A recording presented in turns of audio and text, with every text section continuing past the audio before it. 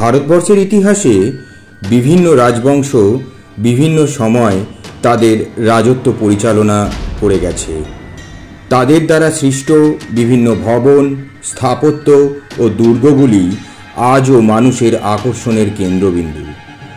ভারতবর্ষের ইতিহাসে তেমনই একটি অত্যন্ত গুরুত্বপূর্ণ ও রহস্যজনক দুর্গের ইতিহাস নিয়েই আমাদের এই তথ্যচিত্র।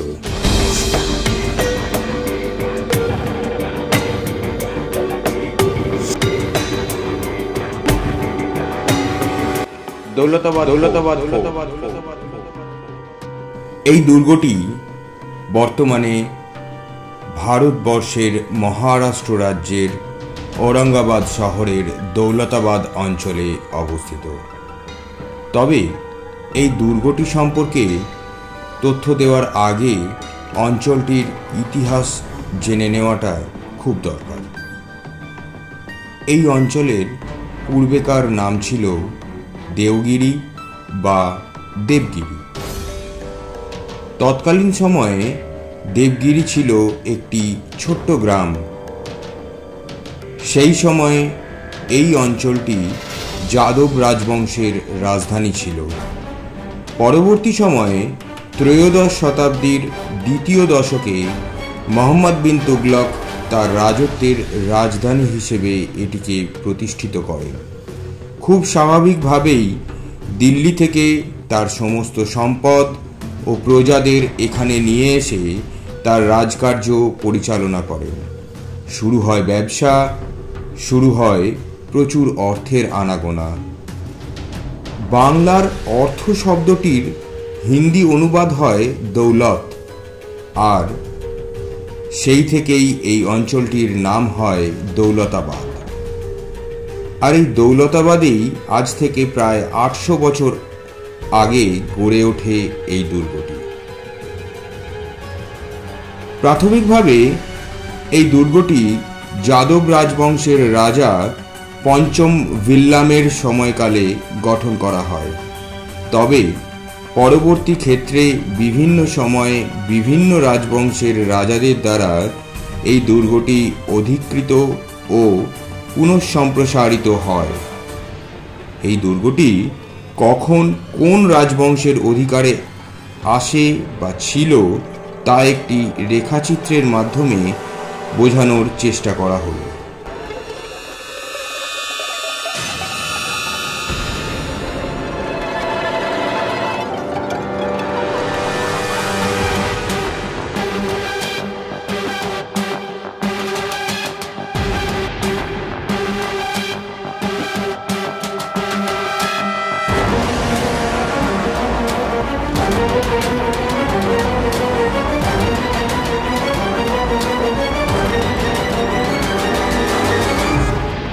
স্থানীয় বা লোকমুখে প্রচলিত তথ্য অনুযায়ী এই দুর্গটি আনুমানিক ৮০০ বছরের পুরনো হলেও ইতিহাসের পাতা থেকে জানা যায় স্থানীয় যাদব বংশের রাজা পঞ্চম ভিল্লামের সমসাময়িক সময় এই দুর্গটির গঠন কার্য শুরু হয় বা গঠিত হয়। সালটা তখন ১১৮৭ খ্রিস্টাব্দ। অর্থাৎ এই তথ্য অনুযায়ী এই দুর্গটির সাথে জড়িয়ে রয়েছে আনুমানিক ৮৫০ বছরের বহু লোমহর্ষক ইতিহাস, যার অনেকটাই আজও আমাদের কাছে অজানা। এই অঞ্চলের দুটি উচ্চভূমি বা টিলা নিয়ে এই দুর্গটি গঠিত, যার উচ্চতা প্রায় ২০০ মিটার। পাখির চোখে দেখলে দেখা যাবে দুর্গটি অনেকটা শঙ্কু আকৃতির, যার মধ্যে প্রথমাংশে বিভিন্ন মন্দির, কক্ষ, জলাধার, শয়নাগার, মিনার প্রভৃতি রয়েছে। আবার মূল দুর্গটি রয়েছে দ্বিতীয় অংশে বা টিলায়। এই দুটি অংশের মধ্যভাগে রয়েছে একটি সুগভীর পরিখা। তৎকালীন সময়ে যেখানে ছাড়া থাকত কুমির ও মাগুর মাছ। সুরক্ষার দিক থেকে এই পরিখাটি ছিল অত্যন্ত গুরুত্বপূর্ণ। তবে শুধু এইটুকুই নয়, এই দুর্গটির প্রতিটি পদক্ষেপেই রয়েছে চমক, রয়েছে রোমাঞ্চ। প্রতি পদক্ষেপেই এখানে আপনি উদ্ধার করবেন সুরক্ষার নিত্য নতুন কূটনীতি ও রোমহর্ষক কাহিনী। এই দুর্গটি মোট 4টি বিভাগে বিভক্ত: অম্বরকোট বা বহির্বিভাগ, মহাকোট বা সৈনাগার, কালাকোট বা ভুলভুলাইয়া এবং বালাকোট বা মূল দুর্গ। দৌলতাবাদ দুর্গটির একটি মাত্র প্রবেশপথ রয়েছে, যা মহাকোট দরজা নামে খ্যাত। এই দরজাটিকে হাতির আক্রমণ থেকে রক্ষা করার জন্য এখানে লোহার কাঁটা লাগানো রয়েছে। অনুমান করা হয় দরজাটি আজ থেকে প্রায় 800 বছর আগেকার তৈরি। এখান থেকে যে রাস্তাটি দুর্গের অভ্যন্তরে প্রবেশ করেছে, শত্রুর হস্তি ও অশ্ববাহিনীর গতিপথকে মন্থর করার জন্য সেটি অর্ধচন্দ্রাকৃতি আকৃতিতে প্রস্তুত। শত্রুর গতিপথ এখানে মন্থর হয়ে গেলে শত্রুপক্ষের ওপর খুব সহজেই আক্রমণ করা যেত। এই পথ অতিক্রম করে আরও একটি ফটকের সামনে উপস্থিত হওয়া যায়, যেটি অতিক্রম করলে একটি বড় খোলা বারান্দা দেখা যায়। পূর্বেকার সময় এটি কখনো সৈনাগার, আবার কখনো অতিথিশালা হিসেবে ব্যবহৃত হতো। তবে বর্তমানে এখানে বিভিন্ন সময়কালে ব্যবহৃত কামানগুলিকে সাজিয়ে রাখা হয়েছে এবং তার বিবরণগুলিও সুন্দরভাবে লেখা রয়েছে। এখানে মোগল সম্রাট ঔরঙ্গজেবের সময়কার ব্যবহৃত একটি বেশ বড় কামান দেখতে পাওয়া যায়, যেখানে পার্সি ভাষায় ঔরঙ্গজেবের নাম খোদিত রয়েছে। এই অংশে দুর্গের দেয়ালে বেশ কয়েকটি কামানের গোলার ক্ষত দেখতে পাওয়া যায়, কিন্তু সেই গোলাগুলিকে কখনোই দেয়াল থেকে বার করার চেষ্টা করা হয়নি, কারণ সেগুলি বার করার সময় বিস্ফোরিত হবার সম্ভাবনা থাকত। একটি বন্ধ কাঠের দরজাও এই স্থানে দেখতে পাওয়া যায়, যেটি খোলার জন্য তৎকালীন শত্রুপক্ষরা সচেষ্ট হতো, এবং এই দরজাটির পিছনেই রয়েছে সেই 70 ফুট গভীর পরিখা, যেখানে পড়ে যাওয়া মানে মৃত্যু ছাড়া দ্বিতীয় কোনো পথ নেই। তাছাড়াও দরজাটি খোলার জন্য শত্রুপক্ষের বেশ কিছুটা সময় নষ্ট হতো, যে সময় তাদের ওপর আক্রমণ করা এবং মূল ফটক বন্ধ করে দেওয়া এখানকার সৈন্যবাহিনীর পক্ষে খুব সহজ হতো। এই রকম নকল দরজা এই দুর্গের বিভিন্ন অংশে মোট 52টি আছে বলে অনেকে মনে করেন। এই নকল দরজাটির বিপরীতেই উঁচু দেওয়ালের মধ্যে একই রকম আরেকটি কাঠের দরজা লক্ষ্য করা যায়, যেটির মধ্য দিয়ে প্রবেশ করলে মহাকোটের অভ্যন্তর ভাগে পৌঁছানো যায়। এই পথটিও যথেষ্ট বুদ্ধিমত্তার সাথে তৎকালীন সময় প্রস্তুত করা হয়েছিল। এর দুধারে বড় বড় স্তম্ভ ও দেয়াল রয়েছে এবং পথটি কিছুটা গিয়েই 90 ডিগ্রি কোণে বেঁকে গেছে। এর ফলে শত্রুপক্ষের গতিপথ পুনরায় আরও মন্থর হয়ে যেত এখানে, এবং স্তম্ভ ও দেয়ালগুলির ওপরে দাঁড়িয়ে থাকা সৈন্যদল সহজেই তাদের ওপর আক্রমণ করতে সমর্থ হতো। তৎকালীন সময়েও কি অসম্ভব বুদ্ধিমত্তা, তাই না? আর সেই বুদ্ধিমত্তার দ্বারাই শত্রুপক্ষের গতিপথকে ধীরে ধীরে মন্থর করে তাদের ওপর তীব্র আক্রমণ হানিয়ে এনে তাদের পরাজিত করার চেষ্টা। এটিকেই হয়তো বলে কূটনৈতিক যুদ্ধনীতি। এই পথ দিয়ে এগিয়ে এসে আরও একটি ফটক পেরিয়ে যেখানে প্রবেশ করা যায়, সেই স্থানটি মূলত তৎকালীন সময়কার শহর বলা চলে। আসুন এই স্থানে অবস্থিত বেশ কিছু স্থাপত্যের সম্পর্কেই কিছু তথ্য এখন জেনে নেওয়া যাক। ভগ্ন মন্দির ও বাজার। মহাফটকের শেষ ফটক দিয়ে ঢুকেই এই অংশটি দেখতে পাওয়া যায়। প্রাথমিক পর্বে অর্থাৎ যাদব বংশের সময়কালে এটি একটি মন্দির ছিল বলে ঐতিহাসিকরা মনে করেন। পরবর্তী সময় কালের নিয়মেই মন্দিরটির চূড়া ভেঙে যায়।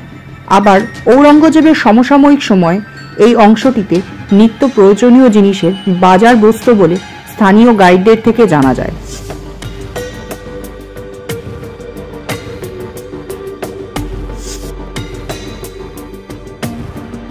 সরস্বতী ওয়েল বা সরস্বতী বাউরি। দিল্লির প্রথম সুলতান তথা তুগলক রাজবংশের প্রতিষ্ঠাতা সুলতান গিয়াসউদ্দিন তুগলকের সমসাময়িক সময় এই ওয়েল বা জলাধারটি প্রস্তুত করা হয়। মূলত তৎকালীন সময় এখানকার বাসিন্দাদের নিত্য প্রয়োজনীয় জল সরবরাহের জন্যই এটি ব্যবহৃত হতো। এই রকম জলাধার দৌলতাবাদ শহরে মোট 4টি আছে বলে মনে করা হয়, 2টি দুর্গের ভিতর এবং 2টি দুর্গের বাইরে।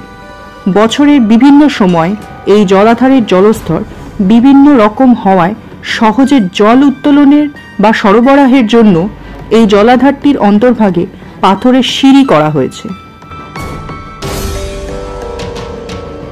হাতি ট্যাঙ্ক বা হাতি তালাব। সরস্বতী বাউরি থেকে আরও কিছুটা এগিয়ে গেলে এই স্থাপত্যটির দেখা মেলে। এটি প্রায় 6 মিটার গভীর এবং 38 বর্গফুট জায়গা নিয়ে গঠিত হয়েছিল। বর্তমানে এই জায়গাটি শুকনো হলেও তৎকালীন সময় এই অংশটি জলে পরিপূর্ণ থাকত এবং সৈন্যদের সন্তরণ প্রশিক্ষণ এবং হাতিদের স্নানাগার হিসেবে এটি ব্যবহৃত হতো বলে অনেক ঐতিহাসিক এবং স্থানীয় গাইডরা মনে করেন।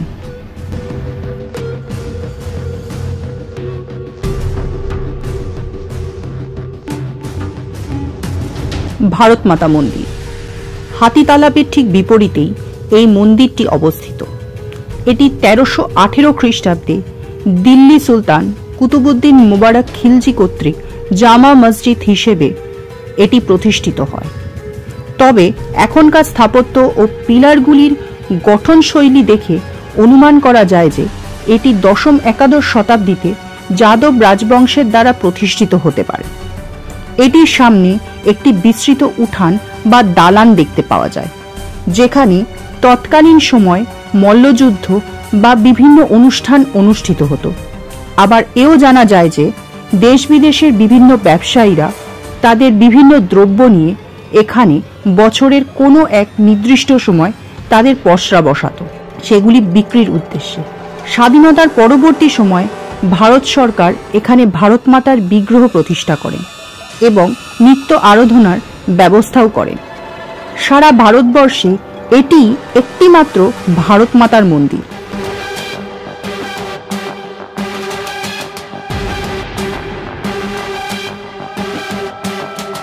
কামানের গ্যালারি। এই দুর্গটি থেকে প্রাপ্ত বিভিন্ন সময়কালের এবং বিভিন্ন ধাতুর তৈরি ছোট বড় নানান মাপের কামানগুলি নিয়ে ভারত সরকার কর্তৃক এই গ্যালারিটি নিকট অতীতে প্রস্তুত করা হয়েছে। এখানে যেমন তুগলকি সময়কালের কামান রয়েছে, তেমনি ঔরঙ্গজেব এবং হায়দ্রাবাদের নিজামের সময়কালের কামানও রয়েছে। আবার ডাচ ইস্ট ইন্ডিয়া কোম্পানির কামানও এখানে সুরক্ষিত হয়েছে।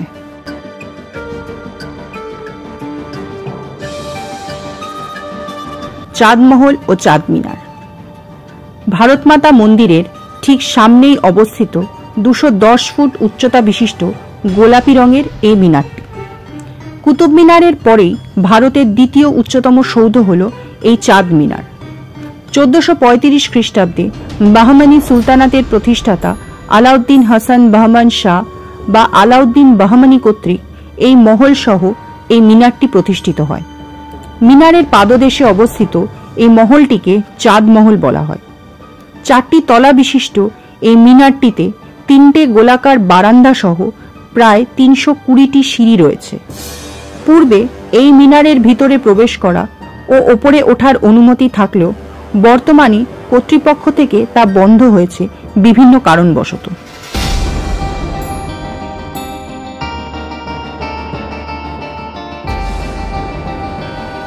আমখাস। এই ভবনটি পূর্বে অতিথিদের বিশ্রামাগার হিসেবে ব্যবহৃত হতো, তবে ঔরঙ্গজেবের সময়কালে তার বাসস্থান হিসেবেও এই ভবনটি ব্যবহৃত হতে বলে অনেকে মনে করে। আবার এখানে তৎকালীন সময় বিভিন্ন অনুষ্ঠান অনুষ্ঠিত হতো এবং সামনের খোলা মাঠে প্রজারা বসে সেই অনুষ্ঠান উপভোগ করত। অর্থাৎ অনেকের মতে আম আদমি বা সাধারণ মানুষের জন্য এই ভবনটি প্রস্তুত করা হয়েছিল, তাই এই ভবনটির নাম এইরূপ হয়েছে। এই দুর্গের বিভিন্ন স্থানে খনন কার্য চালিয়ে জৈন ও হিন্দু ধর্মের যে সকল স্থাপত্য ও দেবদেবীর মূর্তিগুলো সংগ্রহ করা সম্ভব হয়েছে তা এখানে একটি প্রদর্শনীশালার মাধ্যমে সংরক্ষণ করা হয়েছে। এখানে ডাচ ইস্ট ইন্ডিয়া কোম্পানির দুটি বেশ বড় ব্রোঞ্জের কামানও সুরক্ষিত রয়েছে। 16শো শতাব্দীতে বর্তমানের নেদারল্যান্ডের আমস্টারডামে এগুলি প্রস্তুত করা হয়েছিল বলে মনে করা হয়।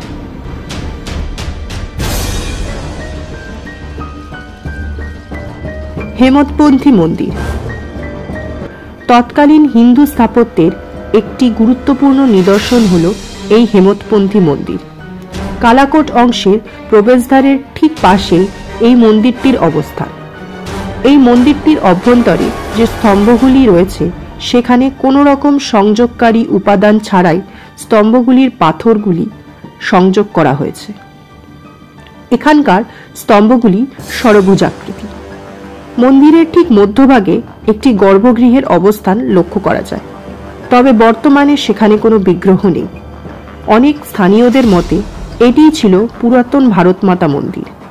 এই মন্দিরটিকে তৎকালীন সময়ে দৌলতাবাদের সংস্কৃতি, স্থাপত্য ও সমৃদ্ধির এক গুরুত্বপূর্ণ প্রতীক হিসেবে মনে করা হয়।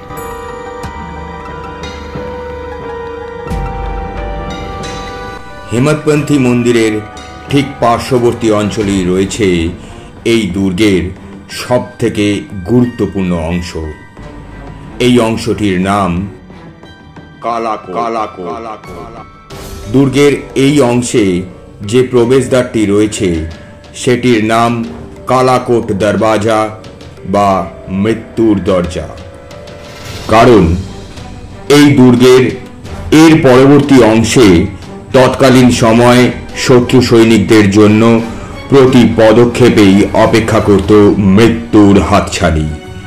যদিও বর্তমানে সকল নকল দরজা ও নকল পথ বন্ধ করে শুধুমাত্র মূল পথটিকেই চালু রাখা হয়েছে, তবুও এখনো আপনি প্রতি পদক্ষেপেই রোমাঞ্চিত হবেন, উদ্ধার করবেন এক রোমহর্ষক কাহিনী। এই দুর্গের সর্বোচ্চ মাস্তুল বা পতাকাটি বাম দিকে উঠত। খুব স্বাভাবিকভাবেই দুর্গের সকল পথ বাম দিকে বেঁকে যাওয়ার সম্ভাবনাটাই সঠিক বলে মনে করত তৎকালীন শত্রু সৈন্যরা।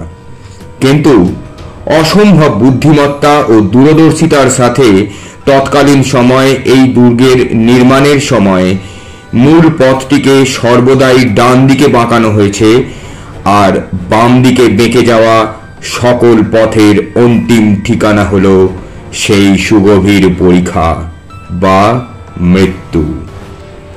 এছাড়াও রয়েছে নিকষ কালো অন্ধকারাচ্ছন্ন গুহাপথ, রয়েছে ভুলভুলাইয়া, আর রয়েছে পথ হারিয়ে ফেলার নির্মম হাতছানি।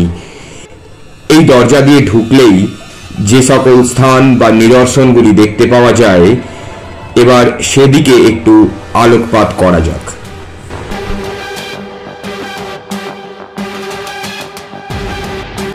নকল দরজা। কালাকোট দরওয়াজা বা মৃত্যুর দরজা দিয়ে ঢুকলেই প্রথমেই যা আমাদের চোখে পড়ে তা হলো একটি নকল দরজা, এবং সেটির অবস্থান খুব স্বাভাবিকভাবেই বাম দিকে। শত্রু সৈন্যরা কালাকোট অঞ্চলের মূল দরজা দিয়ে ঢুকে এই বাম দিকে অবস্থিত এই দরজাটি ভাঙার চেষ্টা করত, এবং তারা ক্ষেত্রে কৃতকার্য হলেও তারা খুব একটা লাভবান হতো না, কারণ এর পরবর্তী অংশ একটি ফাঁকা ও ফাঁপা স্থান। এই দরজাটি ভেঙে তারা ভেতরে প্রবেশ করলেও এই অংশের উপরে একটি ছিদ্র থাকত, যা বর্তমানে বন্ধ। সেখান থেকে এই দুর্গের সৈন্যরা তাদের উপর খুব সহজেই আক্রমণ করতে পারত।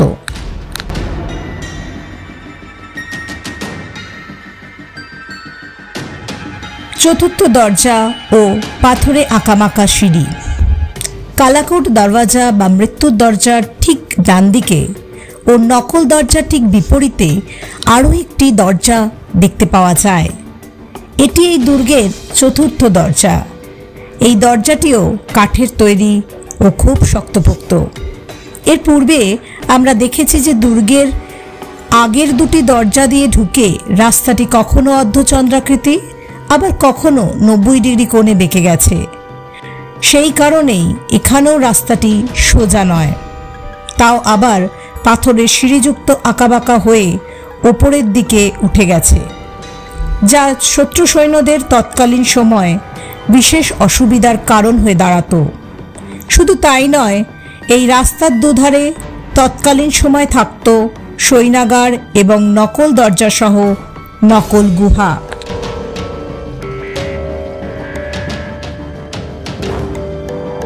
খাজনাগার বা খাজনা সংরক্ষণের স্থান। এই দুর্গের চতুর্থ দরজা দিয়ে প্রবেশ করলেই বেশ কয়েকটি কুঠুরির মতো অংশ দেখতে পাওয়া যায়, যেগুলি বর্তমানে কোনো গুরুত্ব না থাকলেও তৎকালীন সময়, বিশেষত অরঙ্গজেবের সমসাময়িক সময়ে এখানে আদায়কৃত খাজনা সংরক্ষণ করা হতো। এখানে মাটিতে প্রথিত অবস্থায় বেশ কয়েকটি বড় বড় জালা বা হাড়ি মুখ দেখা যায়, যেগুলির মধ্যে বা ভিতরেই তৎকালীন সময় আদায়কৃত খাজনা সংরক্ষণ করা হতো। আবার অনেকের মতে এগুলি জল সংরক্ষণের জন্য ব্যবহৃত হতো।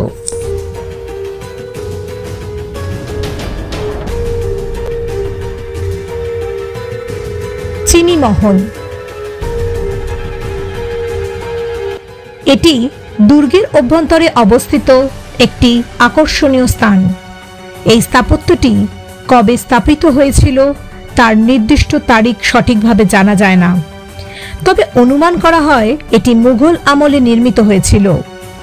নীল চাইনিজ টাইলস দিয়ে সুসজ্জিত এই স্থাপত্যটি তৎকালীন সময়ের বিলাসবহুলতার কথা মনে করিয়ে দেয়। এটি চীনা মহল নামেও পরিচিত ছিল। মোগল সম্রাট আওরঙ্গজেবের সমসাময়িক সময়ে এটি যুদ্ধবন্দীদের রাষ্ট্রীয় কারাগার হিসেবে ব্যবহৃত হতো। গোলকুন্ডার তৎকালীন সুলতান আবুল হাসান তানা শাহকে এখানে তিনি আমৃত্যু যুদ্ধবন্দী করে রেখেছিলেন। বিজাপুরের শেষ সুলতান সিকান্দারও এখানে বেশ কিছুদিন বন্দি দশা কাটিয়েছেন। এছাড়াও অনেক মারাঠা এবং মোগল আমলা ও সৈন্যরা এখানে কারারুদ্ধ ছিলেন। তবে বর্তমানে সেই সকল নীলাভ টালির কারুকার্য সহ সমগ্র স্থাপত্যটি কালের গর্ভে হারিয়ে যাবার অপেক্ষায়। স্মৃতিচিহ্ন স্বরূপ বর্তমানে এই ভবনটির শুধুমাত্র সম্মুখভাগের প্রবেশদ্বার সহ দেয়ালটি অবশিষ্ট রয়েছে, আর ভবনটির বাকি অংশ প্রাকৃতিক নিয়মেই তার জৌলস হারিয়ে, বার্ধক্য পেরিয়ে আজ হারিয়ে যাওয়ার অপেক্ষায়।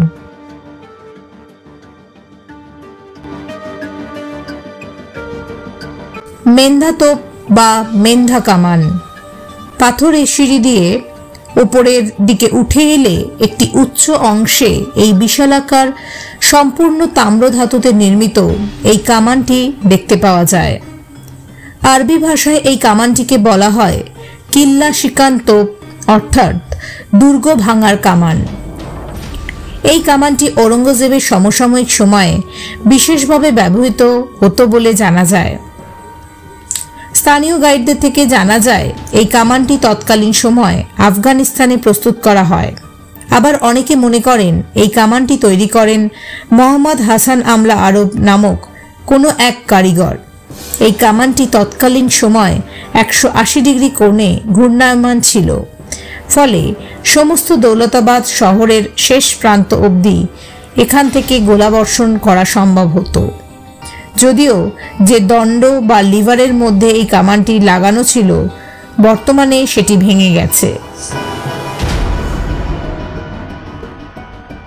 পাথরের হাঁড়ি। বর্তমানে ইতিউতি ছড়ানো এবং মাটির নিচে চাপা পড়া অবস্থায় বেশ কিছু পাথরের হাঁড়ি দেখতে পাওয়া যায়।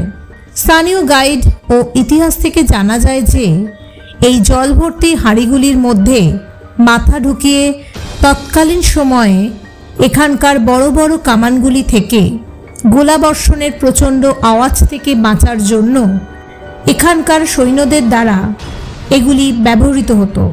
আবার কখনো এগুলি জল সংরক্ষণের জন্য ব্যবহৃত হতো।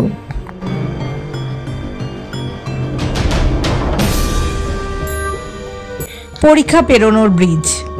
এই ব্রিজ বা সেতুটি বর্তমানে লোহা ও কাঠ দিয়ে শক্তপোক্তভাবে তৈরি করা হয়েছে। এর উপরে দাঁড়ালে দুদিকে সুগভীর পরীক্ষার ভয়ঙ্কর সৌন্দর্যতা দেখতে পাওয়া যায়। তবে তৎকালীন সময়ে এই সেতুটি চামড়া দিয়ে তৈরি ছিল বলে জানা যায়। শত্রুপক্ষের আক্রমণের খবর পাওয়া গেলেই এই সেতুটি বিপরীত দিক থেকে গুটিয়ে নেওয়া হতো, ফলে দুর্গের দুটি অংশ সম্পূর্ণভাবে বিচ্ছিন্ন হয়ে যেত। এই সেতুটির উপর দাঁড়িয়ে পরীক্ষার দিকে তাকালে বেশ কিছু সিঁড়ি বা ধাপ দেখতে পাওয়া যায়, যেগুলি মূলত এই দুর্গ তৈরির অনেক পরবর্তী সময়ে, বিশেষত ঔরঙ্গজেবের সমসাময়িক সময়ে তৈরি করা হয় বিশেষ কিছু প্রয়োজনে।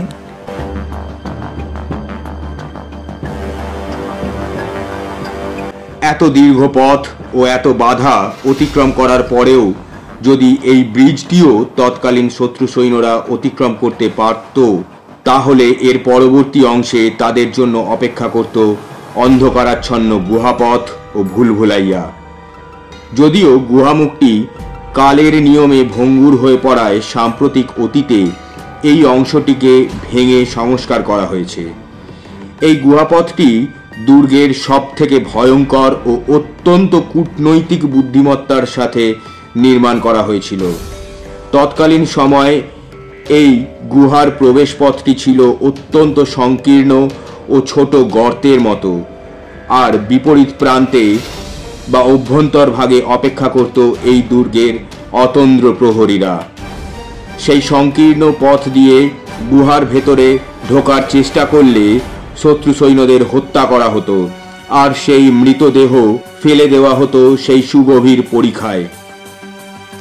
শুধু তাই নয়, এছাড়াও গুহার অভ্যন্তরভাগে প্রবেশদ্বারের সম্মুখে অনেক ছোট ছোট গুহা বা ছিদ্র লক্ষ্য করা যায়, যেখানেও তৎকালীন সময়ে সৈন্যরা থাকত। এর পরবর্তী অংশ নিকষ কালো অন্ধকারে ঢাকা। যদিও বর্তমানে সরকার ও কর্তৃপক্ষের উদ্যোগে সামান্য কিছু আলোর ব্যবস্থা করা হয়েছে, তবুও সেই অন্ধকারাচ্ছন্ন পরিবেশ যতটা সম্ভব রক্ষা করার চেষ্টা হয়েছে। এই গুহাপথটি সোজা নয়, ক্রমাগত গোলাকৃতি পথে ঘুরে গেছে। এখানেও অজস্র নকল গুহাপথ রয়েছে, আর সেগুলি খুব স্বাভাবিকভাবেই বাম দিকে, যা তৎকালীন শত্রু সৈন্যদের ক্রমাগত ভুল সিদ্ধান্ত নিতে বাধ্য করত। আবার যে কজন সৈন্য সঠিক পথের সন্ধান পেত, তাদেরও যেন নিস্তার নেই। এই গুহার ভয়ঙ্করতা যেন শেষ হবার নয়। কিছু দূর গিয়েই এই গুহায় অস্তিত্ব মেলে ভুলভুলাইয়ার, অর্থাৎ আপনি যেখান থেকে শুরু করবেন এক পাক ঘুরে আবার সেই স্থানে ফিরে আসবেন। আর এর মাঝেও গুহার দেয়ালে ও ছাদের বিভিন্ন অংশে ছোট ছোট কুঠুরিতে অপেক্ষা করত এই গুহার প্রহরীরা। এখানে একটি কুঠুরির মতো দেখতে পাচ্ছেন। শত্রুপক্ষ অনেক সময় তাড়া খেয়ে বা অতি চালাকি করে এই কুঠুরি দিয়েও অনেক সময় উপরে উঠতে চাইত, কিন্তু সেই চাওয়াটাই তার শেষ চাওয়া হতো। এই কুঠুরিগুলো সোজা গিয়ে পড়ে পার্শ্ববর্তী পরিখাতে। এখানে একটি কুঠুরি দেখতে পাচ্ছেন, আবার কিছু দূর এসে এখানে একটি ছোট্ট কুঠুরি দেখতে পাচ্ছেন। ভাবুন তো, এই নিকষ কালো অন্ধকার গুহাপথের মধ্যে কি ভয়ঙ্কর পরিস্থিতির মধ্যে তৎকালীন শত্রু সৈন্যদের পড়তে হতো। আর এই ভুলভুলাইয়ার চক্করে যা হবার তাই হতো। অর্থাৎ শত্রু সৈন্যরা একে অপরকে চিনতে না পেরে নিজেদের সহসৈনিককেই আক্রমণ করে বসত। শুধু এটুকুই নয়, এর পরবর্তী অংশে ডান দিকে একটি খাড়াই পাথরের সিঁড়ি উপরের দিকে উঠে গেছে, যেখানে রয়েছে একটি ছাদের মতো অংশ। তৎকালীন সময়ে এই সিঁড়িগুলি গুহার অভ্যন্তরের পাথর কেটেই নির্মাণ করা হয়েছিল। এই সিঁড়িটিও বেশ সংকীর্ণ ও খাড়াই। এই অংশের প্রবেশদ্বারে একটি লোহার ঢাকনা রয়েছে, যা শত্রুপক্ষের আক্রমণের খবর এলেই বন্ধ করে দেওয়া হতো, এবং এখান থেকে গরম তেল ও বিষাক্ত গ্যাস গুহাপথের ভিতরে প্রবেশ করানো হতো। শুধু একবার এই পরিস্থিতিটা চিন্তা করুন। সেই পরিবেশটা, কি ভয়াবহ, কি ভয়ঙ্কর যুদ্ধনীতি, কি ভয়াবহভাবে, কি করুণভাবে মরতে হতো সেই সকল শত্রু সৈন্যদের। এছাড়াও গুহায় রয়েছে নকল পথ, নকল গর্ত, বিভ্রান্ত করার মতো অজস্র কলাকৌশল, কিন্তু পালাবার পথ নাই। এই ভয়ঙ্কর গুহাপথ ও ভুলভুলাইয়ার জন্যই আজ পর্যন্ত এই দুর্গটি কোনো যুদ্ধ দ্বারা কেউ জয় করতে পারেনি। তাই এই দুর্গটি আজও অজেয়। এই ছাদের মতো অংশ থেকে দৌলতাবাদ ফোর্টের তথা সমগ্র শহরের শেষ সীমানা অবধি আপনি দেখতে পাবেন। তখন মনে হবে আপনি পাখির চোখে সমগ্র শহরটির দিকে নজর রাখছেন। এই সৌন্দর্যতার মাঝেও ভয়ঙ্করতার স্মৃতিচিহ্ন আজও বিদ্যমান। এই অংশে লোহার খাঁচাযুক্ত দুটি সুগভীর গর্ত দেখতে পাওয়া যায়। শোনা যায় তৎকালীন সময়ে যুদ্ধবন্দীদের এই গর্তের মধ্যে ফেলে দেওয়া হতো। শুধু একবার পরিস্থিতিটা, পরিবেশটা আর এই ভয়ঙ্করতার কথাটা নিজে মনে মনে একবার ভাবুন। আপনার গায়ে কাঁটা দিয়ে উঠবে, শিউরে উঠবেন আপনি।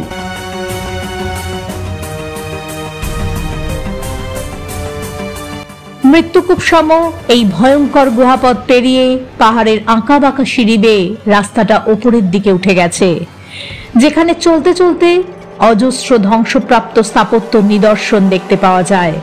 কিছু দূর এগোলেই এই দুর্গের একমাত্র হিন্দু মন্দির তথা একটি গণেশ মন্দির দেখতে পাওয়া যায়, যেখানে নিত্য পূজার ব্যবস্থাও রয়েছে। এই মন্দিরটি কবে এবং কার রাজত্বকালে গড়ে উঠেছিল সেই সম্পর্কে বিশেষভাবে কিছু জানা সম্ভব হয়নি। না, এখানেই শেষ নয়। আপনার স্তম্ভিত হওয়ার, মনোমুগ্ধ হবার আরো কিছু বাকি রয়েছে এই দুর্গে। এর পরবর্তী অংশে পাথরের সিঁড়ি বেয়ে আরো কিছুটা এগোলে যা দেখতে পাওয়া যায় তাতে আপনি মুগ্ধ হবেন, স্তম্ভিত হবেন। সেটি হলো শাহজাহানের সময়কালে প্রস্তুত একটি শ্বেত শুভ্র বারদুয়ারি মহল, যেটি মূলত গ্রীষ্মকালে তার বাসস্থান হিসেবে ব্যবহৃত হতো। এই মহলটি দুর্গের সামনে অবস্থিত রাস্তাটি থেকেও দেখতে পাওয়া যায়। বিশেষ গুরুত্বপূর্ণ কিছু সভা তো হতোই, এছাড়াও বেশ কিছু মনোরঞ্জনের ব্যবস্থাও ছিল এইখানে তৎকালীন সময়ে। এই মহলের দেওয়ালে তৎকালীন সময়কার পাথরে খোদাই করা মনোমুগ্ধকর কারুকার্য আজও পর্যটকদের আকর্ষণ করে। আর এখান থেকে সমগ্র দুর্গ ও সমগ্র শহরকে এক মনোমুগ্ধকর অপরূপ সৌন্দর্য আপনাকে বাকরুদ্ধ করে দেবে। এই মহলের একটি প্রান্ত দিয়ে বেরিয়ে এই দুর্গের সবথেকে উঁচু স্থানটিতে যাওয়া যায়। সেখানে যেতে গেলেও একটি ছোট পাথরের সিঁড়িপথ দিয়ে ওপরে উঠতে হয়। এই অংশটির নাম কালী টেকরি। আর সেখানে পৌঁছানোর পর যা দেখতে পাওয়া যায় তাতে আপনি মুগ্ধ তো হবেনই, সাথে সাথে বাকরুদ্ধ হবেন। আপনি ভাবতে শুরু করবেন, চিন্তা করতে শুরু করবেন, কিন্তু তার কোনো সদুত্তর পাবেন না। হ্যাঁ, ঠিকই বলছি। এত বড় জিনিসটাকে এই আঁকাবাঁকা সংকীর্ণ গুহাপথ ও পাথরের খাড়ায় সিঁড়ি বেয়ে কিভাবে এত উচ্চ অংশে তৎকালীন সময়ে নিয়ে আসা হলো, এই প্রশ্ন আপনার মাথায় ঘুরপাক খাবে, কিন্তু এখনো উত্তর পাবেন না। হ্যাঁ, ঠিকই ধরেছেন, এখানে রয়েছে ভারতের দ্বিতীয় বৃহত্তম কামান হিসেবে পরিচিত তাম্র নিমৃত একটি বিশালাকার কামান। এটি প্রায় 20 ফুট লম্বা। আর এই কামানটির গোলাবর্ষণের ক্ষমতার জন্য তৎকালীন সময়ে এই দৌলতাবাদ শহরের কাছাকাছি কোনো প্রতিপক্ষই তাদের আস্তানা গড়তে যথেষ্ট ভয় পেত। এই কামানটির নাম হলো দুর্গাতোপ বা দুর্গা কামান। আর হ্যাঁ, এই কামানটির পাশেই একটি পতাকা উত্তোলনের দণ্ড দেখতে পাওয়া যায়। এই দুর্গের সর্বোচ্চ অংশ অর্থাৎ কালী টেকরির নিম্নভাগে একটি ছোট গুহার মতো অংশ দেখতে পাওয়া যায়। বর্তমানে এই গুহার মুখে একটি দরজা লাগানো হয়েছে এবং সেটি তালাবন্ধ রাখা হয়, কারণ এই গুহার মধ্যে রয়েছে বিশিষ্ট সাধু একনাথের গুরু জনার্দন মহারাজের সমাধি। যদিও এখানকার দেওয়ালের একটি ছোট ছিদ্র দিয়ে ভিতরে সমাধিস্থল দর্শন করা যায়। কোনো যুদ্ধ দ্বারা এই দুর্গ আজ পর্যন্ত কোনোদিন কেউ জয় করতে বা দখল করতে পারেনি, তাই আজও এই দুর্গ অজেয়। আজও মাথা উঁচু করে প্রায় 850 বছরের বিভিন্ন রাজবংশের স্মৃতিচিহ্ন নিয়ে দাঁড়িয়ে রয়েছে এই দুর্গটি, যার প্রতিটি বালুকণায় মিশে রয়েছে অজস্র রোমাঞ্চ, অজস্র ইতিহাস।